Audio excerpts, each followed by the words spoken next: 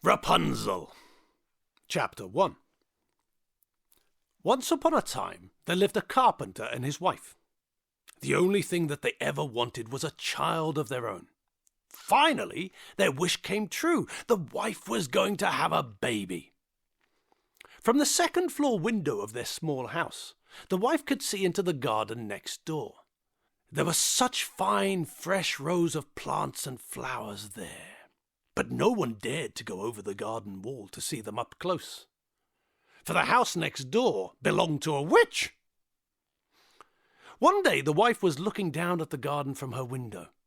What she saw made her mouth water. Fresh, big, green heads of lettuce sitting there, just waiting to be picked. "That's just what I need to eat," said the wife to the husband. "Nip over the wall and bring me some lettuce." "I can't do that," said the carpenter. "You know as well as I do that the house next door belongs to a witch." "If I can't have that lettuce," said the wife, "I won't eat anything at all. I'll starve myself to death."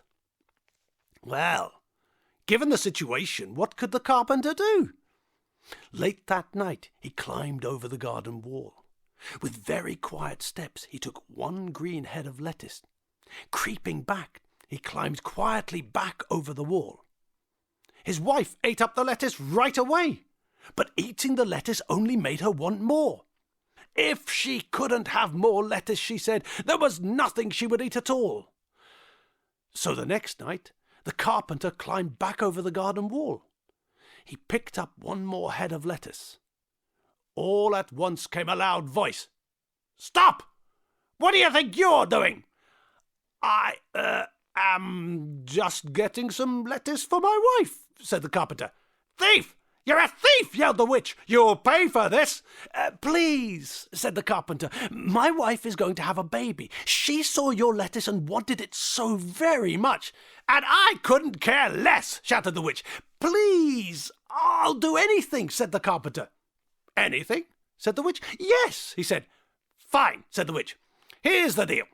Go ahead, take all the lettuce you want. Your wife will have a baby girl, and when she does, that baby will be mine. The lettuce for the baby." "What?" said the carpenter. "I'd never agree to that." "Too late, matey, you already did," said the witch, and she laughed an evil laugh. Ha ha ha ha ha ha! Chapter 2. The Tower. In time, the wife had a baby girl, just as the witch had predicted. Desperate to keep the baby safe from the witch, the carpenter built a tall tower deep in the woods. He built stairs that led to a single room at the very top, a room with one window. He and his wife took turns staying with the baby. But the witch had a magic crystal ball, and the crystal ball showed her just where the baby was, in the top room of the tower. One day, when the carpenter and his wife were both in their house, she cast a spell over both of them. They fell into a deep, deep sleep. And all at once, the witch went to the tower. In the top room of the tower, the witch said to the baby, "I'm going to call you Rapunzel, for that is the name of the lettuce that brought you to me. Now, Rapunzel, you belong to me." But the witch didn't know how to take care of a baby. Rapunzel grew into a child, and the witch didn't even know how to cut her hair. The girl's blonde hair grew longer and longer every day. All the witch could do was keep the child locked in the room at the very top of the tower. She told the girl that the world was a very bad place. That was why she could not leave the tower. Ever. As she grew up, Rapunzel often said to the witch, "There's nothing here for me to do. Why do I have to stay in this tower all the time?" And the witch shouted back, "I already told you so many times, the world is a very bad place. Now comb your hair and be quiet." "But is it really so bad out there? Sometimes I hear people laughing down there," Rapunzel would say. At times like this, the witch would yell, "How many times do I have to repeat myself? Don't listen to anything you hear from outside. The world is much worse than you think. You're going to stay in this tower forever, Rapunzel, so just get used to it." On her 12th birthday, Rapunzel said to the witch, "I don't care what you say anymore. I am so tired of staying here alone all the time. When you're gone, I'm going to chip away at the door. I'm going to make a hole. I'm going to run down the stairs and go outside, no matter what you say." "Ha! Think again," said the witch. Casting a spell, she made all the stairs in the tower vanish. Then she made the doors disappear. Now there was no way for Rapunzel to escape. Chapter 3. A Singing Voice. By this time, Rapunzel's hair had grown really long. To try and keep things manageable, she wore her hair in plaits. Once the stairs were gone, when it was time for the witch to visit her in the tower, the witch would call from outside, "Rapunzel! Rapunzel! Let down your hair!" Rapunzel would throw a long blonde plait out of the window. The witch would grab hold of her hair like a rope and climb up the window into Rapunzel's room. 5 more long years went by. Poor Rapunzel. She was stuck in a room with nobody to talk to. All she could do was sing sad songs out of the window. Sometimes birds in the treetops would join in her songs. Then she would feel a little bit better, but not much. One day a prince was riding through the woods. As he rode, he could hear a beautiful singing voice. Where on earth was it coming from? He rode closer and closer, trying to find the source of the sound. At last, he came to the tower. "Well, this is odd," he said, looking around the tower. "There's no door at the bottom, yet someone is singing at the very top. How does anyone get in or out of there?" Each day the prince came back to the tower. There was something about that voice that pulled him back. Who was that young woman singing at the top of the tower, and would he ever meet her? One day, when the prince rode up, he saw an old woman standing below the tower. He quickly jumped to hide behind a tree. It was a witch. He heard her call out, "Rapunzel! Rapunzel! Let down your hair!" A long blonde plait was thrown out from a window at the very top. The old woman grabbed onto the plait, and she climbed the wall to the window at the top of the tower. "Aha!" said the prince. "So that's how it's done." And he waited to see what happened next. After a while, the plait was thrown from the window again. Then the witch climbed back down the tower wall. Then she left. The prince waited. Then he stepped up to the tower. In a voice that sounded as much like the witch as he could, he called out, "Rapunzel! Rapunzel! Let down your hair!" A moment later, the same long blonde plait came out of the window. "It worked," thought the prince. And he climbed up the wall of the tower. You can be sure that Rapunzel was very surprised to see the prince climb into her window. She'd never seen a person up close before other than the witch, and never a man. "Who are you?" she said in fear.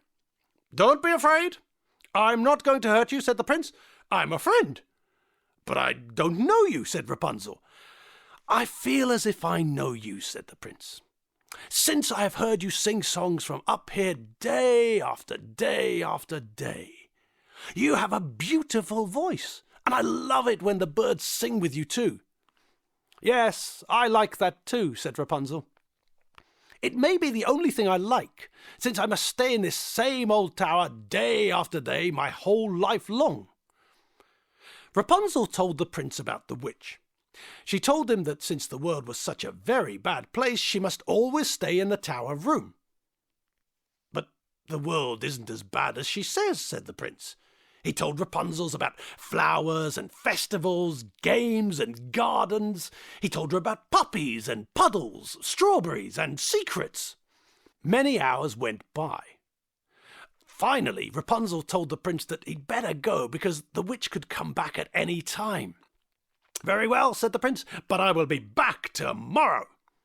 Rapunzel threw her plait out the window, and the prince climbed down. The next day, the prince climbed back up into Rapunzel's room. He said, "I've got a surprise for you." He'd brought strawberries for her. As she tried a strawberry for the very first time, Rapunzel thought, "Now I know that what the witch told me was not true. These strawberries are fantastic, and the world they grow in must be a wonderful place. I must get out of this tower as soon as I can. But how?" Chapter 4. A Plan to Escape. One day the prince said, "If only you could get out of this tower. I can come and go by climbing up the walls by holding onto your plait. But once I get down, how can you get down too?" "I know," said Rapunzel. "Bring me a ball of silk each time you come. I can weave the silk into a ladder. I can fold the silk up so small that the witch won't notice it. When the ladder is long enough to reach the ground, then we'll both be able to climb out of here." "Brilliant! That's it," said the prince. Then he moved closer to Rapunzel. "We will both be free. Listen, when we're out in the world, will you marry me?" "Yes," said Rapunzel, "I will." Every day after that, the prince brought a ball of silk to Rapunzel. Over time, she wove the silk into a long ladder. On Rapunzel's 18th birthday, the witch spoke to her in a sharp voice. "Before you open your mouth this time," said the witch, "know this. I am sick and tired of hearing you talk about how alone you are in the tower all the time. It isn't going to change, Rapunzel. Forever means forever." "Who says I'm alone in the room all the time?" said Rapunzel. "What?" said the witch. "Who's been up here with you?" No one," said Rapunzel at once, realizing her mistake. I mean, no one but you, of course." But the witch didn't believe her. She started to look all around the room for something to prove that someone else had been there. Soon she found the silk ladder. "What's the meaning of this?" she yelled. My friend, the prince, brought me the silk," said Rapunzel. "Well then, as punishment, you'll never see this prince again," yelled the witch. She took out a pair of scissors, snip, snip, snip, and Rapunzel's long plaited hair lay on the floor. Laughing, the witch pointed at the hair on the floor. Then, casting a magic spell, she transported Rapunzel to a faraway desert. Then the witch sat down to wait for the prince. She knew he'd be back. Chapter 5. The Last Climb. The witch didn't have to wait long. Soon the prince was calling at the bottom of the tower, in a voice that was supposed to sound like her own, "Rapunzel, Rapunzel, let down your hair!" So that's how he did it, thought the witch. Holding tightly to one end of Rapunzel's plait, she threw the other end out the window. The prince took hold and climbed up. When he reached the windowsill, he was very surprised to see the witch instead of Rapunzel. "Where's my Rapunzel?" he called out. "What have you done with her?" "You'll never see your Rapunzel again," yelled the witch, pushing him out of the window. The witch shoved the prince so hard that he lost his grip on the windowsill and fell. Down, down, down he fell. The prince landed on some bushes at the foot of the tower. They helped cushion the fall a bit, but the bushes had sharp thorns. Some of the thorns went into his eyes and blinded him. Oh my God! The prince was blind! Chapter 6. The Desert. For 2 years the poor blind prince wandered the world looking for Rapunzel. From morning to night he called out for her, but it was no use. Finally, he reached a desert. One day he heard a beautiful voice singing. Hang on, he thought, I know that voice. It was his dear Rapunzel. He went closer and closer to the voice he knew so well. My prince, called Rapunzel when she saw him. The two of them hugged, crying with joy. And when Rapunzel's tears fell into the prince's eyes, he could see once more. Well, I'm quite sure you can guess what happened next, can't you? Yes, that's right. The prince and Rapunzel went back to the kingdom where the prince lived. They were married as soon as they could. The prince became king of the land, and Rapunzel became his queen. And the two of them lived happily ever after. And the nasty old witch? Who cares? Hansel and Gretel. Once upon a time, a brother and sister named Hansel and Gretel lived in a hut in the woods with their father. Their father was a poor woodcutter. His wife, their mother, had died when the two children were very young. Their father thought he would not be lonely anymore when he finally remarried. But the children's new stepmother made life very hard for Hansel and Gretel. The children were not allowed to eat until after the stepmother had taken everything she wanted off the plates. Most of the time, that meant there was only a crust of bread left. And all day long there were hard chores for them to do. Hansel and Gretel tried to tell their father about this, but he wouldn't hear any of it. It seemed the only one he would listen to was his wife. And all the stepmother talked about was how much trouble it was to have children in the hut and how much she wished they would go away forever. Each day there was less and less food for the children to eat. Yet the stepmother gave them more and more hard work to do. One day Gretel begged her father, "Please, father, all day long we work hard and we're hungry." But the stepmother slapped her face. "You ungrateful brats," she yelled. "You will eat us out of house and home." That night, the two children were not allowed to sleep in the hut. Outside, in the cold, they shivered and huddled together to try to keep each other warm. Winter was coming, and the clothes they wore were so thin it felt almost as if they had no clothes on at all. The next morning, when the sun rose, Gretel turned to her little brother. "Hansel," she said, "we can't stay here. We must escape now, today, into the woods. We'll find more to eat when we are on our own than what we get here at home." "Do you really think so?" asked Hansel. "But what if we get lost?" "We won't," said Gretel. "I'll bring some bread, and we'll leave a trail of breadcrumbs. If we get lost, then we can follow the trail back home." And so the two of them went off into the woods and left their hard life behind. They went deeper and deeper into the woods, but Gretel was careful to drop crumbs every so often. But alas, they looked and looked for signs of something to eat. An apple tree, a pear tree, some nuts on the ground, or even dried up berries, but there was nothing to eat. They got hungrier and hungrier. At last, poor Hansel and Gretel realized that they have to return to their hut or they would surely starve. They would just need to find the breadcrumb trail that would lead them home. Yet when they looked for the breadcrumbs, there were none to be found. All the breadcrumbs were gone. Just then, a bird took off just in front of them. In its beak was a crumb. Hansel and Gretel were struck with grief. The birds must have eaten all their breadcrumbs. The trail was gone. A wolf howled in the distance. The sun was setting. Hansel and Gretel were lost and hungry, and now they were scared too. "Gretel," whispered Hansel in fear, "what are we gonna do?"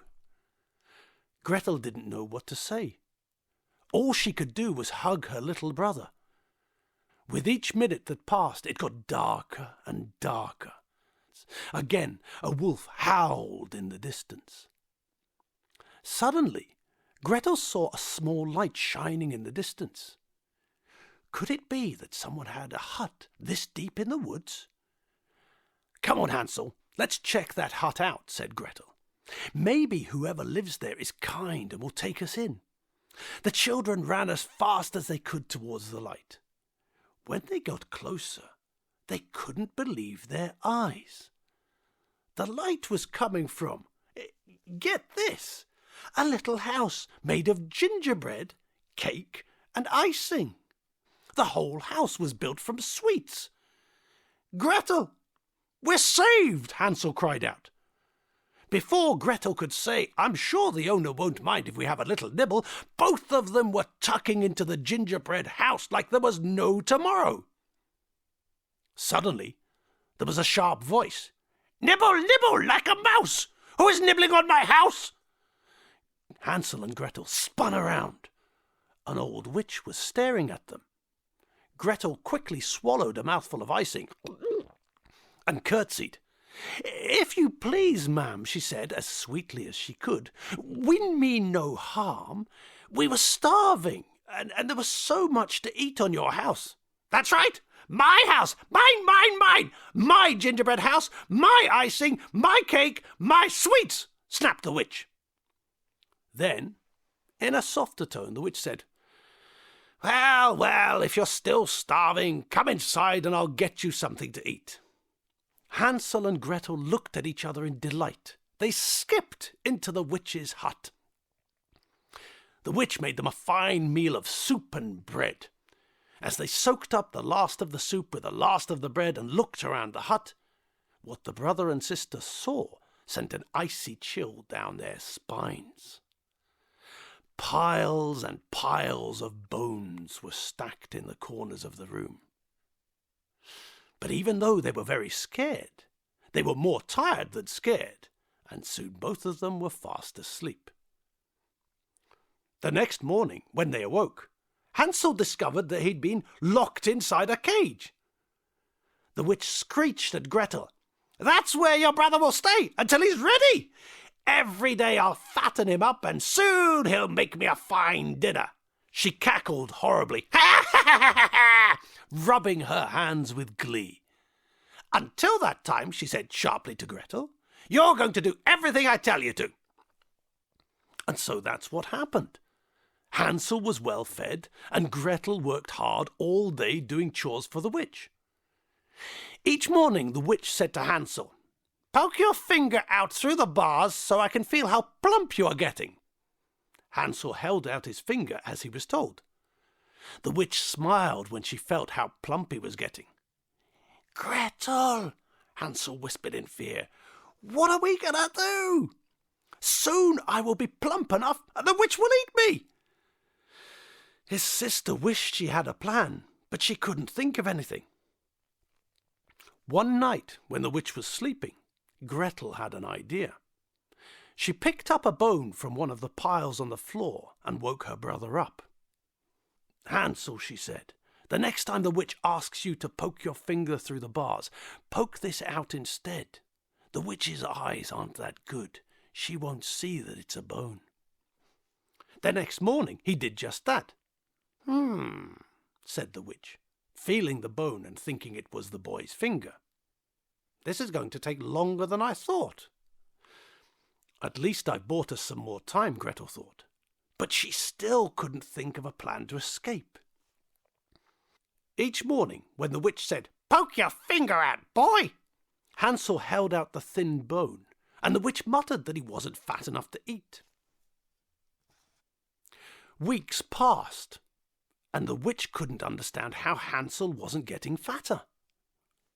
One day, however, the witch's patience ran out. "I've had it with all this waiting about.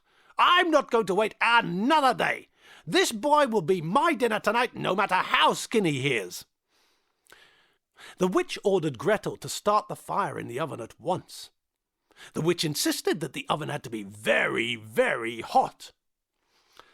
Playing for time, Gretel worked as slowly as she could. All the time, Gretel could feel the witch looking at her. Why was the witch watching her with such a sly smile? "Be a dear," said the witch with a sly grin. "Nip inside the oven, won't you? Tell me if it's hot enough." Gretel's heart skipped a beat. If she did that, the witch could push her inside, and then she would eat them both.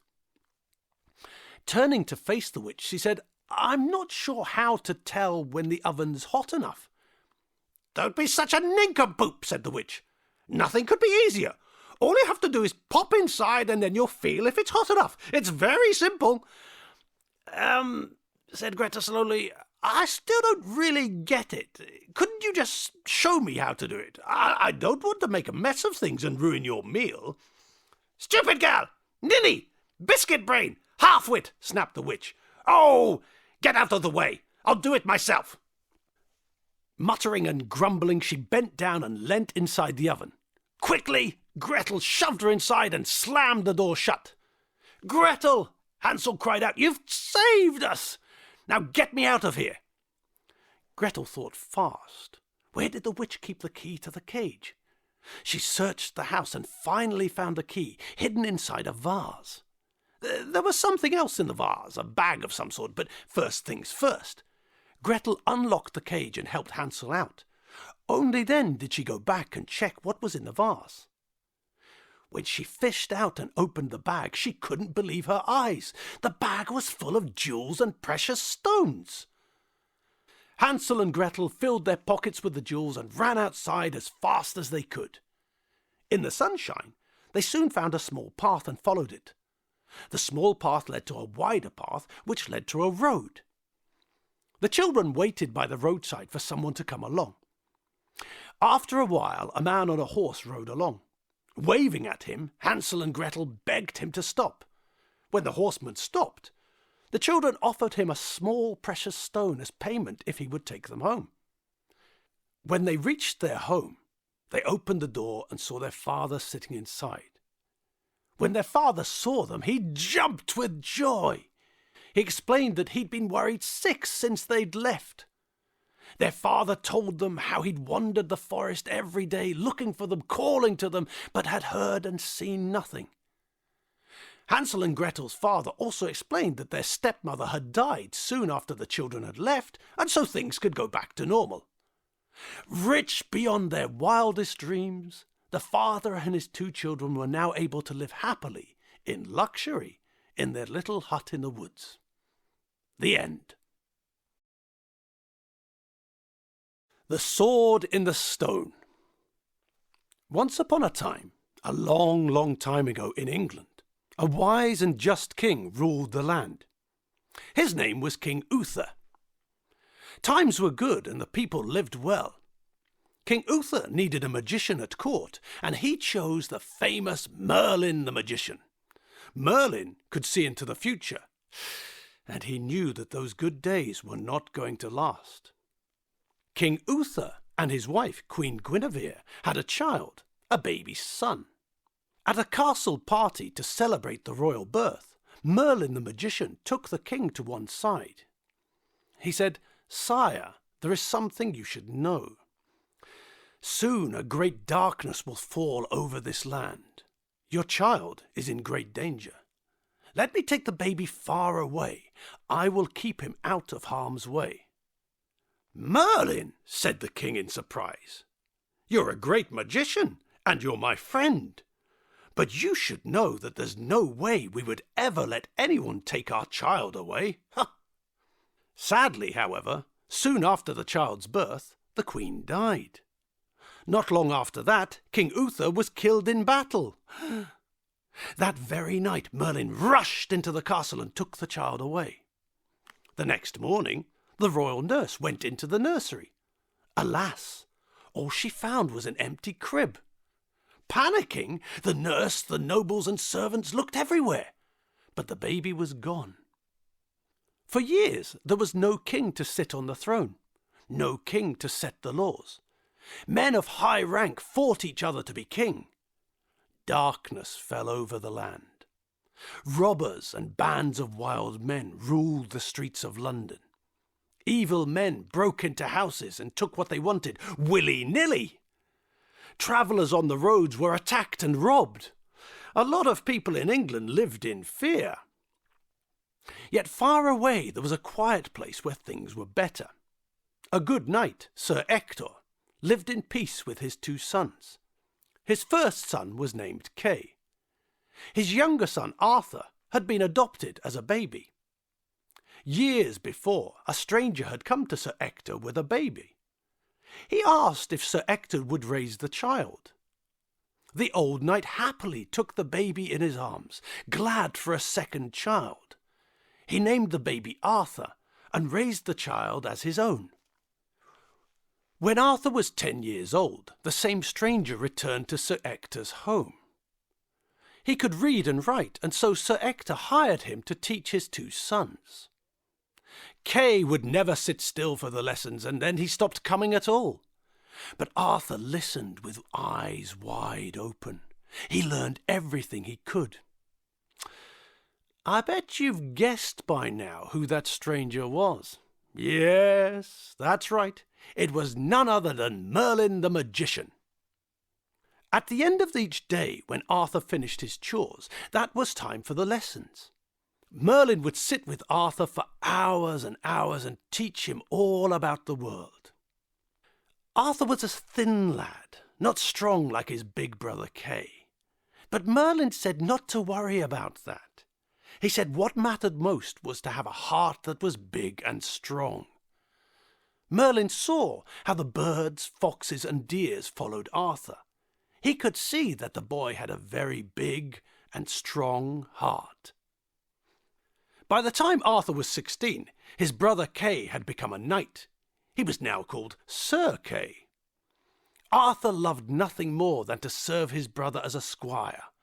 He kept great care of his brother's tunic and helmet, his spears and lances. One day at lesson time, Merlin looked away. Then he stood up. "What is it?" said Arthur. "The people need hope," said Merlin. "Arthur, there is something I must do. I must go now." That night, when the night-time was at its darkest, Merlin the Magician arrived in London's Market Square. He stood in the middle of the square. He held both his arms high, and he pointed his wand to the stars. The next morning at dawn, people started to arrive at the market. There, in front of them, was something most odd.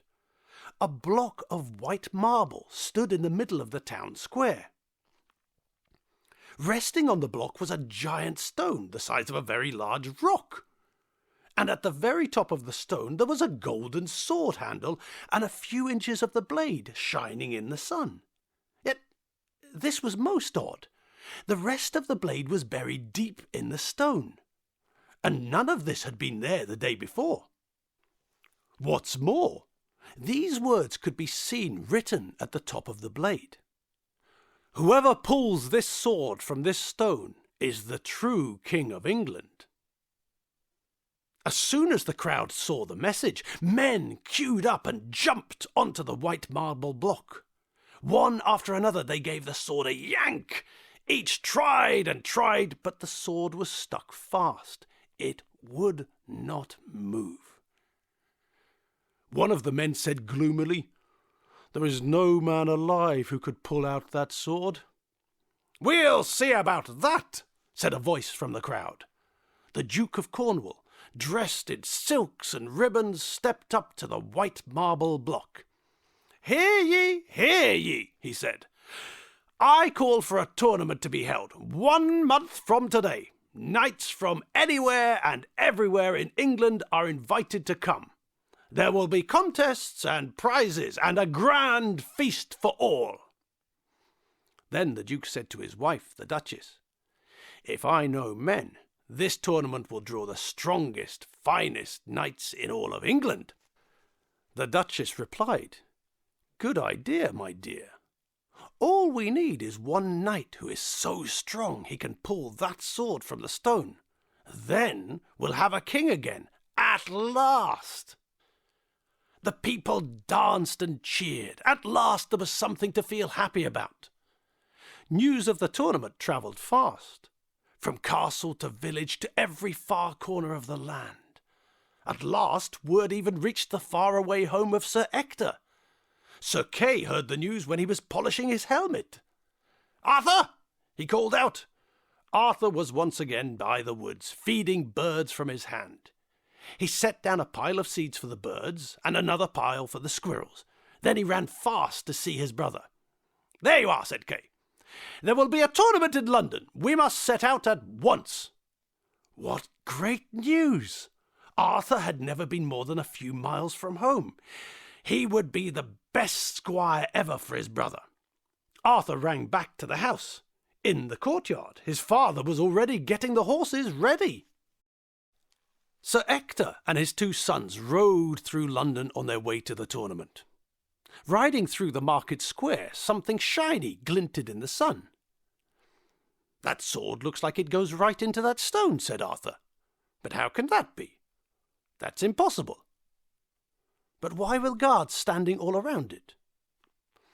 The father and his 2 sons reached the tournament. Sir Kay ran off to get in line to register. Sir Ector greeted many old friends, dukes, earls, barons, counts and countesses. Arthur sat in their tent, polishing his brother's helmet till it shone brightly. A bugle sounded. The tournament was about to begin. "Get my sword," demanded Kay. "Right away," said Arthur. But where was it? Arthur looked around in panic. Kay's spear, battle-axe and dagger were right where they should be, but no sword. "Kay," he said, "how about a battle-axe?" "Arthur, I said my sword." "Yes, of course, but just a moment. Be quick about it," said Kay. Arthur ran back into the tent. Maybe he had left Kay's sword there. He searched through the bag of armour and weapons. How could he let such a thing happen? Then he had an idea. Very fast, Arthur rode back to Market Square. The guards were not there anymore. They must have all gone to the tournament. Arthur stepped up onto the marble block. "Let's see if that sword will budge," he said. He took hold of the handle of the sword. It moved a bit. "Hey," he said, "it's looser than I thought it would be." With one big tug, the sword slid out of the stone. Arthur was so surprised he fell off the marble block, but the sword was safe in his hands. "I'll be sure to bring it right back." He raced to where his brother was waiting. "Here it is," he said, handing the sword to his brother. Kay took one look at the sword. "Oh," he said in surprise.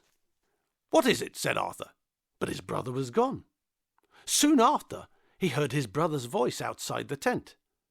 "Father, I have something to show you." Kay and his father stepped inside the tent. "Look," said Kay. He pointed to the sword. Sir Ector stared. His face turned white. "Kay," said the father, facing his older son, "where did you get this sword?" "It's mine," said Kay, holding it close to him. "I have it now." "Kay," asked his father again in a stern voice, "I will ask you one more time. Where did you get this sword?" The young knight's head dropped down. "From Arthur," he said. "He lost my sword. Somehow he got this one." "Arthur?" Sir Ector turned to his younger son. "How is it that you came by this sword?" "I'm sorry," said Arthur. "Father, listen, I'll put it back right away. I only meant to borrow it when I pulled it from the stone." "Arthur, you must take us to where you found this sword. At once," said Sir Ector. The 3 of them rushed over to Market Square. Arthur climbed up onto the marble block. "It came from here," he said. He lifted the sword over his head. Then he dropped the blade back into the stone. "Now it's back. See? No harm." "Hey," said Sir Kay, "I still need a sword." He jumped up onto the marble block. Grabbing the hilt of the sword, he pulled and pulled, but it didn't move. Kay shouted at Arthur. "What did you do to it?" "Nothing," said Arthur. "You must have done something," yelled Sir Kay. "Hush, both of you," said Sir Ector. "It is far better if no one sees us or hears us." But it was too late. A crowd had already started to gather. "Hey, did you pull that sword out of the stone?" called one. "Yes," said Arthur, "I did." "Do it again," called another voice from the crowd. "Yeah, let's see it." Arthur put his hands around the golden handle. With one simple tug, the blade slid out. "Who are you?" called another voice. "What's your name?" "Arthur," said Arthur. "Wait a minute! Put that sword back!" A tall knight pushed forward through the crowd. "Anyone can pull it out once it's been pulled out." "Go ahead. Put it back, son," said a voice. It was the Duke of Cornwall, the one who had called for the tournament. "All right," said Arthur. He slipped the blade back into the stone with ease. "Let me at it now," said the tall knight. He jumped up and grabbed the handle of the sword. But pull and tug as he might, the sword would not move, not even a bit. Another knight tried, then another, but no one could move the sword. Some waited, thinking the longer they pulled the sword, the looser it would get, but when each man took their turn, the sword did not move for them. "Let the lad try now," said the Duke of Cornwall. "Arthur, go ahead." Arthur stepped up to the stone again. In one motion he freed the sword. This time he held it high above his head. The blade flashed in the sun. Amazed, the crowd didn't know what to think. Someone in the crowd called out at last, "He must be our new king." "We've got a new king," called another. "At last!" "Stop!" shouted the tall knight. "Do you really think this skinny boy should rule over all of us?" "Yes," said a voice. All eyes turned to Merlin the Magician. "I know this boy. I know his heart. There is no one in England who has a heart that is bigger and stronger than his. The sword has told us that this young man is to be the next king of England. And there is something else. The lad," said Merlin, pointing to Arthur, "is the true child of King Uther. He is the missing baby." Cheers began to ring out around the square. "Hail, King Arthur!" called someone from the crowd. Sir Ector fell to his knees. Then Sir Kay. One after another, everyone fell to their knees. Everyone cheered. At last a king had been chosen. A fresh young king and a new day for England. Robin Hood and the Golden Arrow. In all the land, no one was better with a bow and arrow than Robin Hood. He lived with his band of merry men in Sherwood Forest. That was the wood where the king kept his royal deer. A few years before, King Richard had ruled the land. King Richard let people who were poor come into Sherwood Forest. They could hunt the deer to get food for their families. But the time had come for King Richard and his army to leave England. As soon as he was gone, his younger brother John took over the throne. Bad King John didn't want anyone to come into Sherwood Forest to hunt the royal deer. From then on, anyone who was seen hunting the king's deer in Sherwood Forest would be put in prison. Robin Hood didn't like that one bit. He moved into Sherwood Forest.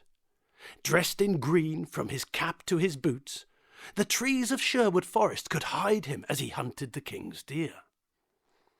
Sometimes other brave men came into the forest. One by one they joined Robin Hood and became his band of merry men. Robin Hood and his merry men would hide when rich nobles and dukes passed through the woods. Then, all at once, they would jump out and rob those rich men. Robin would then give the money to the poor. The rich men who were robbed were not happy about it. They told bad King John what was going on in Sherwood Forest. "Something must be done about this," they said. The king put the Sheriff of Nottingham in charge of Sherwood Forest. It would be his job to catch Robin Hood, once and for all. But Robin, the man in green, was too quick. His merry men would warn him each time they saw the Sheriff of Nottingham or one of his guards in the woods. So the sheriff came up with a new plan. "I will call for a great contest," he said, "to find who is the best in the land with a bow and arrow. The winner will go home with a golden arrow." Then the sheriff said in a low voice, "If I know Robin Hood, he won't be able to stay away from such a contest. And when he comes, we'll catch him." "Robin, don't go to the contest," said Little John. Of all his merry men, Robin Hood trusted Little John the most. "It's a trap," he said. "When they see you, they'll catch you." But Robin didn't say anything. He wanted to go. On the day of the contest, 10 fine bowmen lined up. The round target was so far away it was hard to see its black and red circles. One by one, each young man shot his best arrow. Some of the arrows landed on the target. None came close to the centre. The sheriff turned to one of his guards. "Do you see him? Is he here?" "No, sire," said the guard. "Robin Hood has red hair. None of the ones who are shooting has got red hair." "That chicken," said the sheriff. "He's scared of me. That's why he stayed away." Now there were only 2 bowmen left. The first was William, the sheriff's man. With care, William took aim. His arrow landed at the very centre of the target. A bullseye! The crowd cheered for William. And now it was time for the last bowman. He too took care in aiming, released his arrow sailed through the air, and bang! Landed right in the centre of William's bullseye arrow, splitting it in 2. Everybody watched, stunned. But in a flash, the bowman let go of 2 more arrows. Each one flew to where the sheriff sat, pinning him to his seat, 1 arrow on each side. The sheriff didn't know what was going on. Then the man in green pulled off his disguise, pulled off his wig, revealing his red hair, and threw it on the ground. "Get him, you fools!" shouted the sheriff. "It's Robin Hood!" But our hero had jumped over the wall to a horse which was waiting for him. He was gone. He had escaped.